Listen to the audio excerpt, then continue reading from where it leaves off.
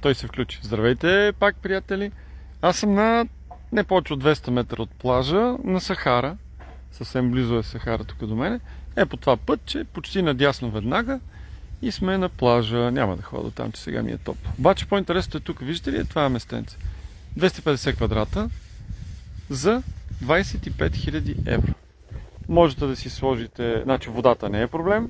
Можете да сложите каравана, може да сложите каквото си искате. Очаквам скоро да можем да решим и въпроса с тока. Да може и ток да си вкарвате, но за сега казваме, че ток не може да се вкара, т.е. трябва фотоволтаици и така. Но за 25 000 евро си взимате место, както казваме тук, Дипла до Сталаса, т.е. съвсем близо до морето. Наистина няма и 200 метра до плажа. Ето хората там търчат пеша надолу с децата малките, както виждате. Прекрасен район, виждате, хубави къщи са построени.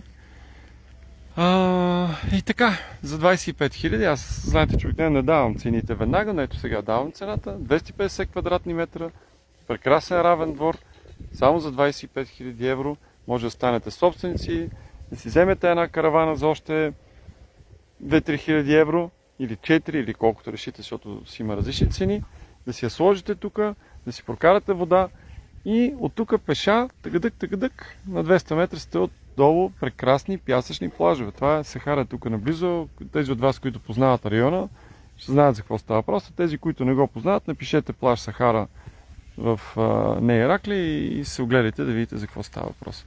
Така че, знаете ми телефона, знаете процедурата, обажите се. Чао за сега.